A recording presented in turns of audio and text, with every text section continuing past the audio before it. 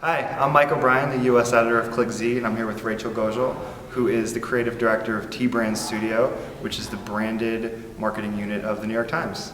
Hi, Michael. Hi. So Rachel is here at ClickZ Live New York with us, and she just did a session on visual storytelling. So Rachel, the first thing I'm going to ask you, how do you kind of make sure that your visual content stands out when, as you mentioned in your session, that our attention spans are now 8 seconds, which is shorter than goldfish?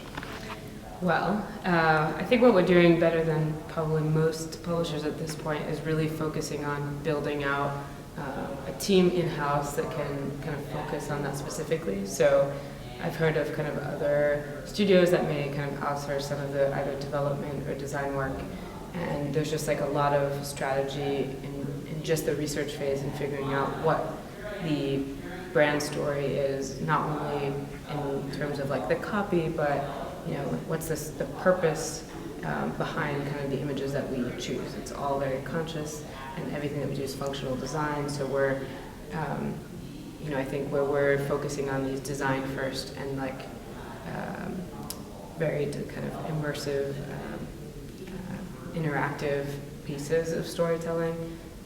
That's where I think we stand out, and we're learning. I mean, we don't know everything. We keep the landscape is evolving, so we're just trying to figure out what works, what doesn't work, and then kind of experimenting in different places. But as long as we can and try and always be as creative as possible, we're defining success that way, and trying to be just really original with kind of our approach.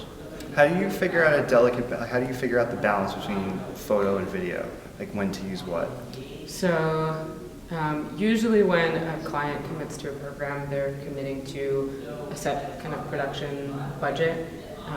Usually video kind of starts at a certain point, and if the production budget doesn't allow, maybe there's no kind of video as part of the piece.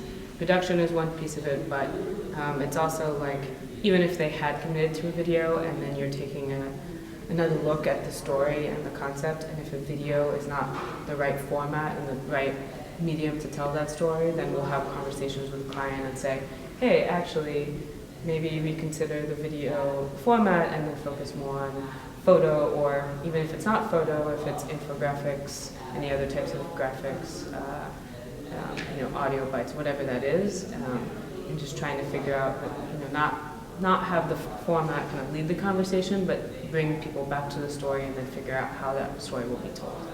How do you figure out the best kind of visual content that goes for your audience without kind of going overboard on pop culture memes or something like that? So, we've done a lot of work in figuring out what resonates well. Clearly the newsroom's been around much longer than we have, and they have spent a lot of time figuring out kind of what works well for their audience in terms of the types of multimedia that they're creating.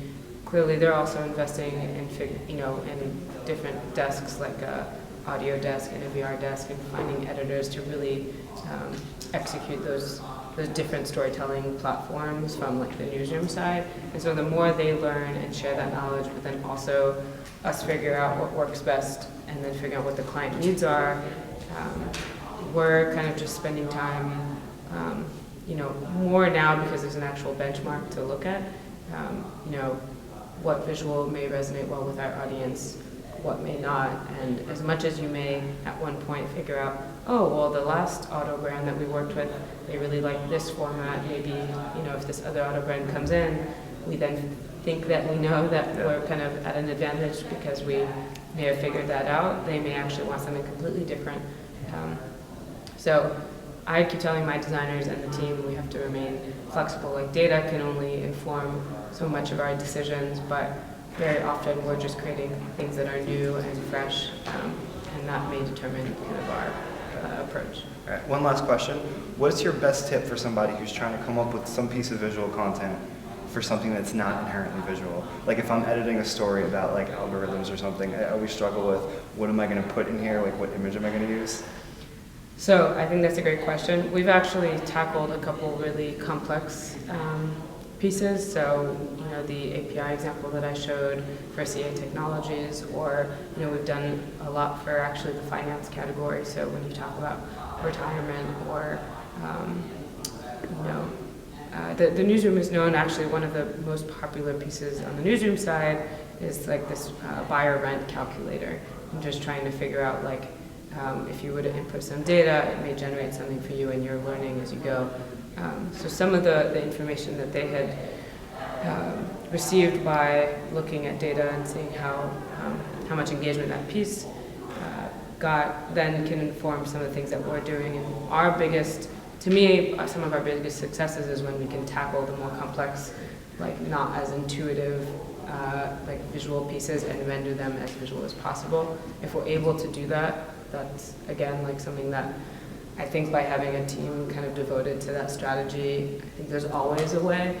Clearly, I mean, there are stories that may be heavier copy-wise, and that's fine too, but even in figuring out what that hero image will be, that really, in those first few seconds, that may make or break if someone will stay on the page, and or like specifically with the more complex stories, it may be something that's super data heavy, then having data miners and story miners really looking at data and then ticking out the really important pieces and then trying to render those in something more digestible. I feel like there's always a way, but I wouldn't just succumb to the Shutterstock photo that says the word SEO. Yes, don't do that. if you can avoid it, try and always kind of take a kind of a creative approach, really focus on the strategy, and as much as, I mean, we use Shutterstock and Getty for some project where either budget doesn't allow for custom work